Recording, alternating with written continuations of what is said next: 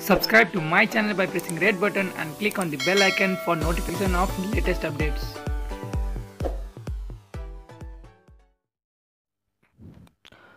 Corona संक्रमणले त्राही र हप्तौँको लकडाउनको प्रभाव खेपिरहेका बेला स्याङ्जाका जनप्रतिनिधिबीच कुटाकुट भएको घटना सार्वजनिक भएको छ। बुधबार साँझ करिब 8 बजे वालिङ 13 बायाँ टारी स्थित जङ्गल रेस्टुरेन्टमा जिल्ला समन्वय समिति स्याङ्जाका उपप्रमुख दिलीप कुमार बगाले र वालिङ नगरपालिका वडा नम्बर 10 का वडा अध्यक्ष अनन्तराज गैरेबीच कुटाकुट भएको घटना सार्वजनिक भएको हो।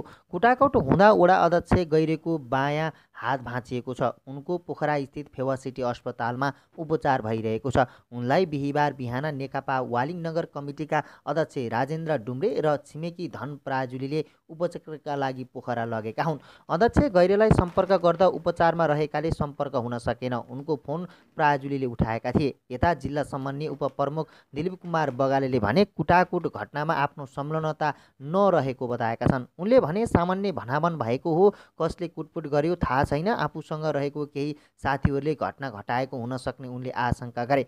घटनाका प्रत्यक्षदर्शी धनबहादुर मल्लले कुटपिटमा समन्वय उपप्रमुखले संलग्न रहेको बताए। उनले घटना घटेको समयमा व्यवसायी द्वय नमलाल डुम्रे र अर्जुन खनाल पनि सँगै रहेको बताए। उनले उनका अनुसार कुटपिटमा बगाले र डुम्रेको संलग्नता रहेको बताएका छन्। घटनामा संलग्नहरूलाई कारबाहीका लागि वडा प्रहरी कार्यालयमा जाहेरी परेको वडा प्रहरी कार्यालय वालिङका प्रमुख इन्सपेक्टर निरञ्जन घिमिरेले बताएका छन्। जिल्ला समन्वय उपप्रमुख विरुद्ध किटानी जाहेरी परेको छ। उनले भने आवश्यक अनुसन्धान छिट्टै सुरु गर्छौँ। घटनामा संलग्न भनिएका उपप्रमुख बगाले र वडा अध्यक्ष गैरे स्थानीय निर्वाचनमा एउटै वडाबाट निर्वाचित जनप्रतिनिधि हुन्। तत्कालीन अवस्थामा उनीहरू नेकपा एमालेका तर्फबाट उम्मेदवार थिए। वडा सदस्यमा निर्वाचित बगाले पछि जिल्ला समन्वय उपप्रमुखमा निर्वाचित भएका हुन्। कालीगण्डकी नगरपालिका कोरोना संक्रमणको अनुगमन गरेर फर्केका बगाले त्यही गैरे किन त्यहाँ पुगेको भन्ने बारे अहिलेसम्म खुलेको छैन। तर बगालेलाई गैरीले सरकारी गाडी दुरुपयोगको आरोप लगाएपछि विवाद उत्कर्षमा पुगी कुटाकुटको अवस्था निम्तिएको बताइएको छ।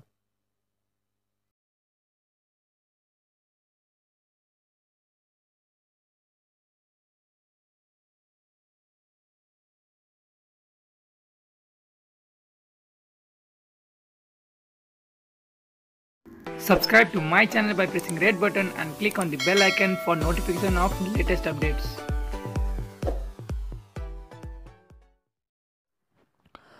सरकारले चैत महिनाको घरभाडा छुट नदिने घरबेटीलाई कडा कदम चाल्ने तयारी गरेको छ।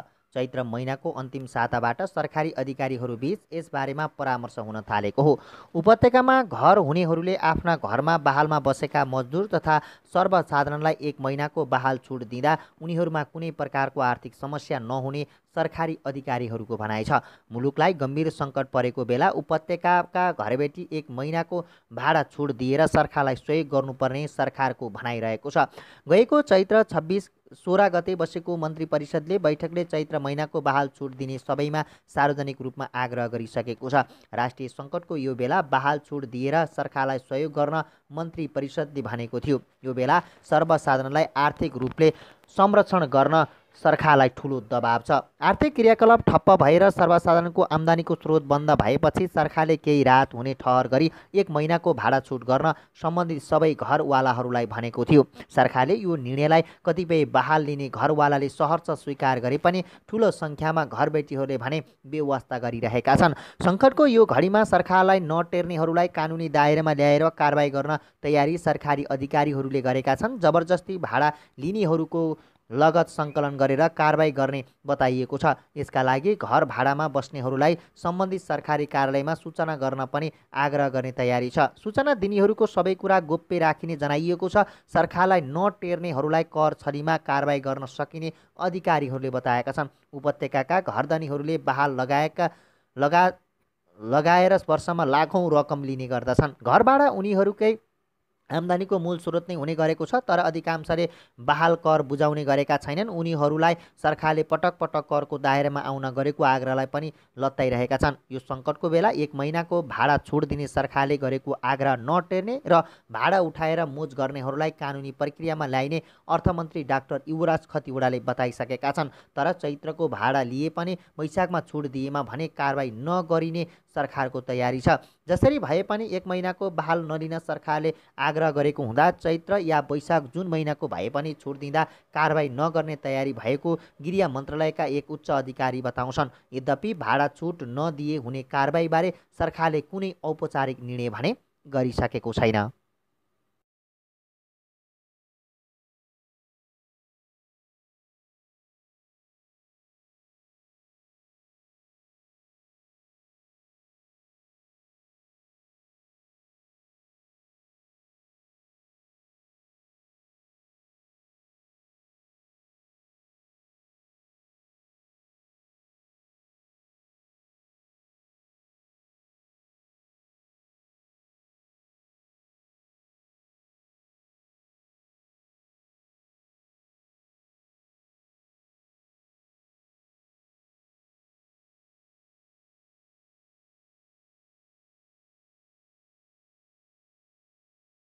Subscribe to my channel by pressing red button and click on the bell icon for notification of latest updates.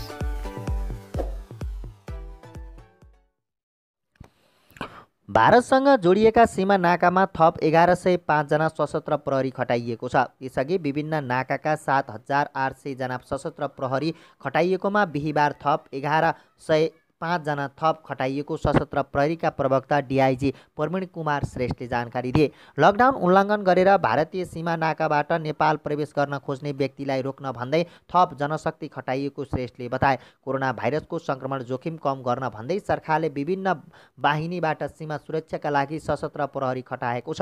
थप गरिएको जनशक्तिलाई प्रदेश नम्बर 1, 3 र 5 मा परिचालन गरिनेछ। काठमाडौँमा मात्र 1000 भन्दा बढी जनशक्ति परिचालन हुनेछन्।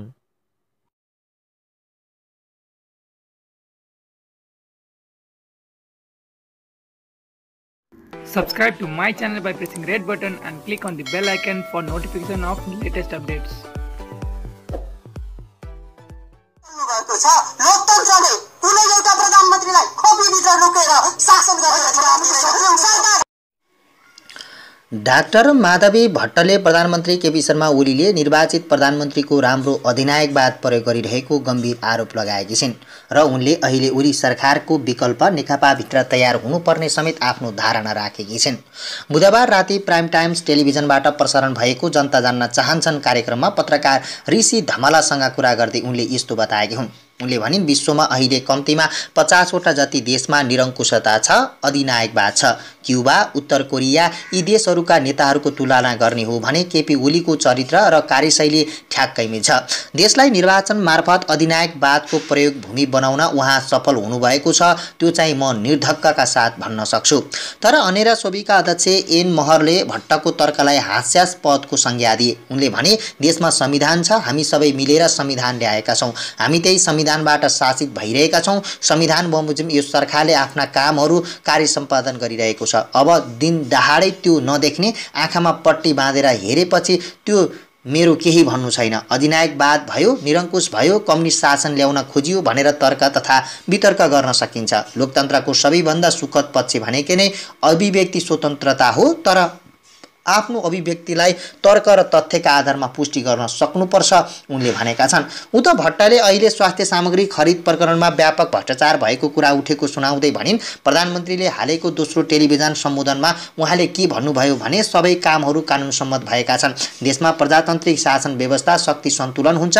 भ्रष्टाचार भएको वा नभएको भनेर हेर्ने अन्य निकायहरू छन्। प्रधानमन्त्रीले यो कुनै जङ्गबहादुरको शासन होइन जहाँ प्रधानमन्त्रीले कानुनभन्दा माथि बसेर भ्रष्टाचार भएको छ वा छैन भन्न सकोस्। संसारका उत्कृष्ट तानाशाहहरूले खोक्रो राष्ट्रवादको नारा दिन्छन्, सुशासनको शब्दावली प्रयोग गर्छन् र राष्ट्रियताको नाटक मञ्चन गर्छन्। केपी ओली त्यही बाटोमा हुनुहुन्छ जो विश्वका अधिकांश तानाशाहहरूले गर्छन्। उनले अहिले देशमा लोकतन्त्रमाथि थ्रेड भइरहेको र भ्रष्टाचारको संरक्षण भइरहेको समेत गम्भीर आरोप लगाए। उनले भनिन्, धेरै कोणबाट भ्रष्टाचार भएको पुष्टि भइसक्दा पनि जसरी अहिले मेडिकल सामग्री खरिद भयो त्यसमा चाहिँ 7 करोडको खेल भइरहेको छ र त्यसलाई चाहिँ जोगाउन लागि छ भनेर तपाईहरू जस्तै सञ्चारकर्मीहरूले बारम्बार प्रश्न उठाउनु भएको छ। सरकारले न त भन्न सक्नु पर्थ्यो कि त ल भन्न सक्नु पर्थ्यो। यसमा निष्पक्ष रूपमा छानबिन गरौँ भनेर किन भन्न सक्दैन यो सरकारले? कुनै देशको प्रधानमन्त्रीले कानुन हातमा लिएर यहाँ भ्रष्टाचार भएको छैन भनेर भन्न मिल्छ?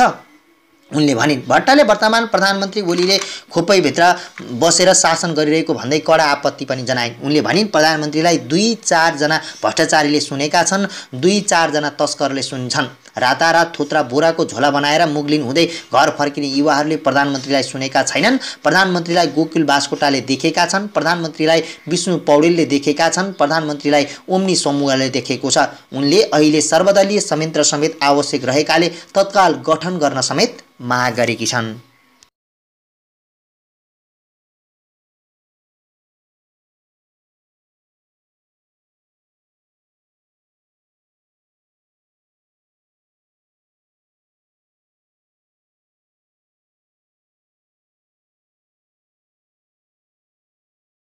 Subscribe to my channel by pressing red button and click on the bell icon for notification of latest updates.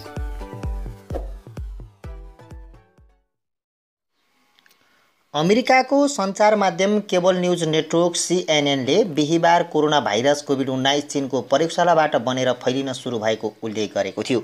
अमेरिकी अनुसन्धानकर्ताहरूलाई उद्धृत गर्दै सीएनएनले कोरोना भाइरस चीनको माछा बजारमा नभएर प्रयोगशालाबाट फैलिन सुरु भएको जनाएको थियो। प्रयोगशालामा बनेर फैलिएको कोरोना भाइरसको विषयमा थप अनुसन्धान भइरहेको पनि सीएनएनको समाचारमा जनाइएको थियो। तर सीएनएनको समाचार सार्वजनिक भएपछि चीनले यस विषयमा प्रतिक्रिया जनाएको छ। बिहिबार पत्रकार सम्मेलनको आयोजना गर्दै चीनको विदेश मन्त्रालयका प्रवक्ता झाओ लिजियानले उक्त समाचार झुटो भएको बताएका छन्। उनले भनेका छन् कोरोना भाइरसको विषयमा चीनको दृष्टिकोण जहिल्यै सफा छ। यो वैज्ञानिक विषय भएकाले यसलाई वैज्ञानिक र चिकित्सकले अध्ययन गर्नुपर्छ। उनी भन्छन् विश्व स्वास्थ्य संगठन डब्ल्युएचओले कोरोना भाइरस कोभिड-19 प्रयोगशालामा निर्माण नभएको बताइसकेको छ। झाओले महामारी र सरुवा रोग अन्तर्राष्ट्रिय समुदाय र विश्वका मानिसकै दुश्मन भएकाले यस रोग विरुद्ध सबैले एक भएर अगाडि बढ्नुपर्ने भनाइराखेका छन्। उनले यो आरोप र प्रत्यारोपमा उत्रिने समय नभएको पनि जनाएका छन्। चीनले कोरोना विरुद्ध जित निकाल्न अन्य देशहरूसँग सहकार्य जारी राख्ने पनि उनले बताएको बुझिएको छ।